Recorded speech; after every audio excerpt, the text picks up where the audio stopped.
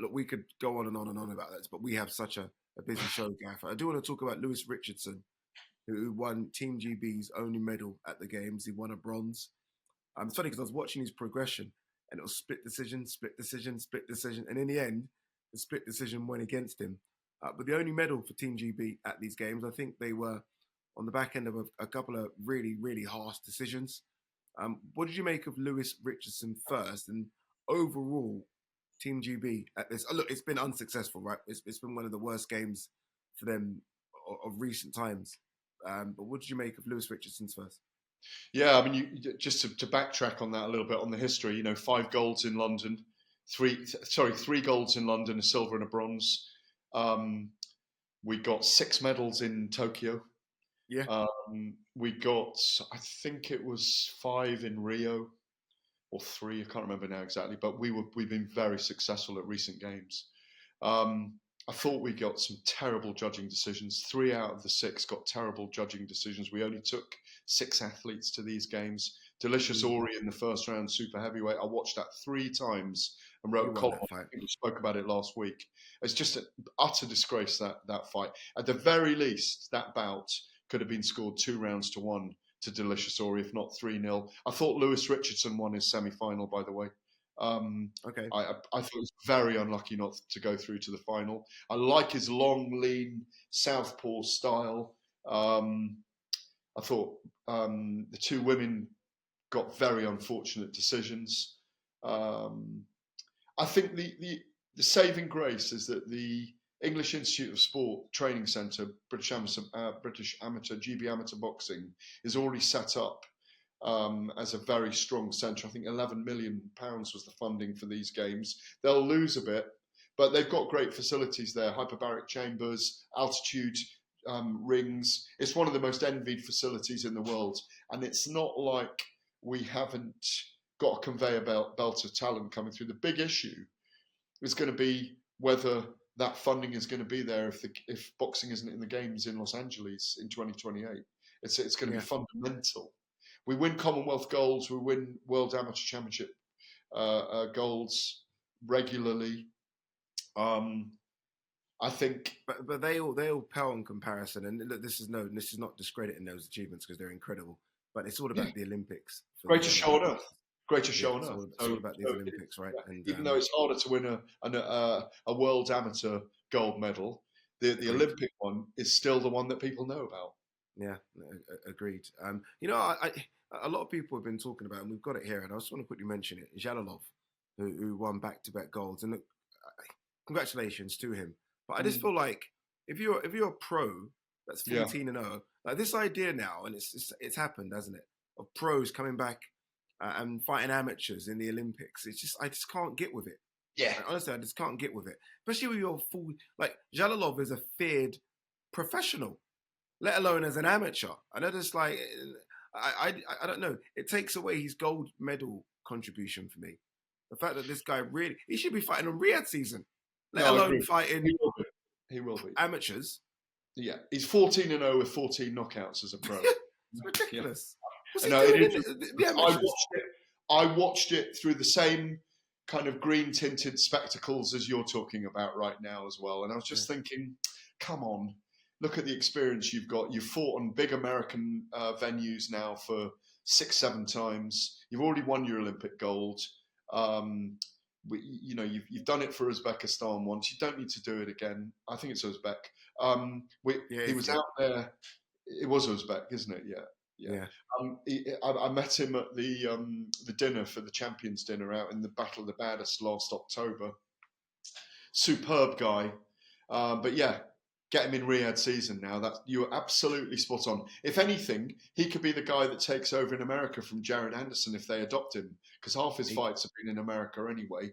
Aludabella did a great job with him.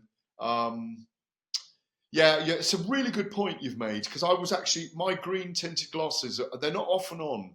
You know me, I'm not a resentful kind of person and not an invidious person, but something wasn't right about that. It's a bit like Manny Pacquiao wanting to come back and represent the Philippines, and he couldn't. It's a bit like Jake Paul suddenly saying he wants to be boxing in the Olympics. He'd bring eyeballs, but Yeah, it should be He could be the one amateur. reason they keep it in the games. If Yeah, Jake Paul decides, because it seems to be an exactly. eyeballs type of sport now, doesn't it? And maybe that's why. Maybe that's why they've opened it to the pros, just because as much as we love it, the numbers in terms of people watching it, the numbers just don't watch it as much anymore. So maybe they are trying to bring back the name so you watch it a bit like obviously the NBA superstars turn up and play, don't they? And everyone watches it. So there is this weird debate now about bringing back pro athletes. So I kind of get what they're trying to do, but when none of the top pro athletes turn up, what's the point? It makes no sense. Let's give a massive shout out as well, by the way, to the wonderful Kelly Harrington, who went back to back gold medals. Um, she's, I believe now, she's more decorated as an amateur than the great Katie Taylor. Yeah. World Championship medal, European Championship gold, World Championship gold, back to back gold. Obviously, look, she's 34 and she's not going to turn pro, which I can kind of get being this age, but it'd be good to see her have a run at it. Just a quick run at it, a couple of years, just have a run at it, like really fast tracker. I agree. It's a shame, and very few people can have that claim to fame where they get the crowd singing with them after winning their medal. A bit of a Tyson Fury type moment there, where she stepped out of the ring, got that whole bank of fans singing with her. I'm with you. Go and have a couple of pro fights, Well. have them in Ireland, sell out the Three Arena a couple of times, and buy a street in Dublin. End of. Yeah, that's it, exactly. End of. I think she should do that as well. But look, she's made the decision, she said, to not turn pro. But I'm sure her arm can be twisted if the right check is put in front of her. We'll see. Very quickly on this, and we'll end on this one very, very quickly. As it stands right now, boxing won't be in the LA Olympics. You know, I watch things like breakdancing, and I'm like, 1 second.